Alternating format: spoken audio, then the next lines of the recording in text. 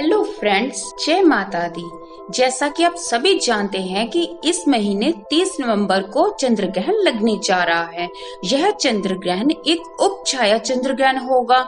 हिंदू पंचांग के अनुसार यह ग्रहण कार्तिक महीने की पूर्णिमा तिथि 30 नवंबर यानी कि सोमवार के दिन आ रहा है। और जैसा कि आप जानते हैं कि इस दिन कार्तिक पूर्णिमा भी है और साथ ही साथ यह वृषभ राशि और रोहिणी नक्षत्र में लगेगा। ज्योतिषी और खगोलीय शास्त्र के अनुसार इस घटना में विशेष महत्व होता है और इसका सीधा असर वृषभ राशि के रोहिणी नक्षत्र में देखने को मिलेगा और सकारात्मक और नकारात्मक दोनों प्रभाव पड़ते हैं। जबकि विज्ञान के नजरिए से ग्रहण एक सामान्य खगोलीय घटना है। ग्रहण का सूतक काल और यह साल 2020 का ग्रहण उपछाया चंद्र ग्रहण है, जिस वजह से इसका कोई भी सूतक काल मान्य नहीं होगा। मान्यता है कि जिस ग्रह में सूतक काल प्रभावी नहीं होता उस ग्रह का कोई ज्यादा प्रभाव देखने को नहीं मिलता। चंद्र ग्रहण की तारीख और समय उपछाया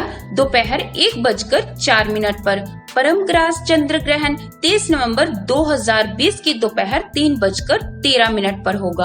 उपछाया शाम 5:05 पर होगा। यह भारत, अमेरिका, प्रशांत महासागर, एशिया और ऑस्ट्रेलिया में दिखाई देगा। और चंद्र ग्रहण के समय कभी भी कोई पूजा पाठ नहीं किया जाता और साथ ही साथ धार्मिक स्थलों के कपाट भी बंद रहते हैं। उपछाया चंद्र ग्रहण उस तिथि में लगता है जब पृथ्वी की वास्तविक छाया में न आकर उसकी उपछाया से वापस लौट जाता है और इस तिथि में चांद पर एक धुंधली सी परत नजर आती है और इस घटना से चांद के आकार पर कोई ही असर नहीं पड़ता। और जबकि वास्तविक चंद्र ग्रहण में चंद्रमा के आकार पर फर्क पड़ता है और इस घटना को कभी भी नग्न आंखों के द्वारा नहीं देखा जा सकता।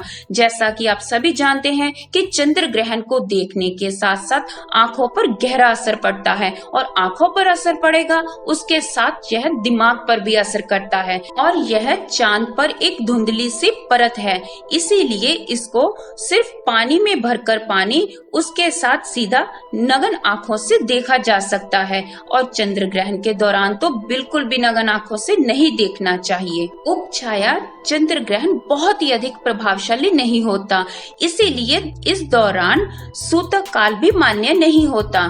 चंद्र ग्रहण पर प्रभाव, मान्यता है कि चंद्र ग्रहण को बहुत ही महत्वपूर्ण माना जाता है और ज्योतिषी शास्त्र में चंद्रमा को मन का कारक कहा गया है। इसी कारण से जब भी चंद्रमा पर ग्रहण लगता है तो इसका सीधा असर मन पर जाता है और चंद्र ग्रहण का असर उन लोगों पर अधिक पड़ता है जिनकी कुंडली में चंद्रमा बहुत ही कमजोर होता है, उनकी कुंडली में चंद्र ग्रहण बना रहता है। इतना ही नहीं, चंद्र ग्रहण के दौरान चंद्रमा पानी को अपनी ओर आकर्षित करता है, जिससे समुद्र में बड़ी बड़ी लहरें काफी ऊंचाई पर उठने लगती हैं और चंद्रमा को ग्रहण के दौरान अत्यधिक पीड़ा का सामना करना पड़ता है। इसी कारण से चंद्र ग्रहण के दौरान उस समय हवन, यज्ञ, मंत्र आदि भी किए जाते हैं। चंद्र ग्रहण के दौरान गर्भवती महिलाओं और इसके आसपास जन्मे शिशु को जन्म देने वाली महिलाओं को विशेष बातों का ध्यान रखना चाहिए। मान्यता है कि इस दौरान गर्भवती महिलाओं को घर से बाहर नहीं निकलना चाहिए। इसके अलावा और भी बहुत सारी बातें हैं जिनका उनको ख्याल रखना चाहिए। लापरवाही बरतने से शिशु के स्वास्थ्य को नुकसान हो सकता है। मान्यता है कि उस समय गर्भवती महिलाओं को सिलाई कढ़ाई, सुई सिलाई और सब्जी आदि काटना और ऐसा कोई भी काम नहीं करना चाहिए जिससे कि उनको या उनके बच्चों को कोई नुकसान हो।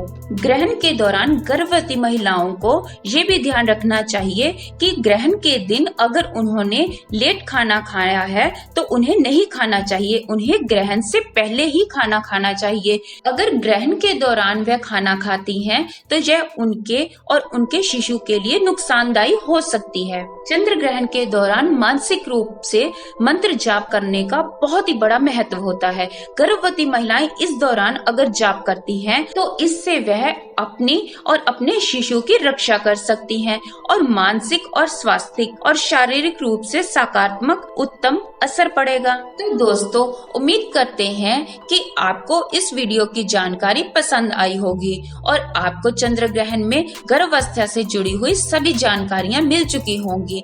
अगर आपको यह हमारी वीडियो अच्छी लगी हो तो इसे लाइक करें, दूसरों के साथ शेयर करें ताकि दूसरे लोग भी इस बातों का ध्यान रख सकें और इनके बारे में जानकारी हासिल कर सकें।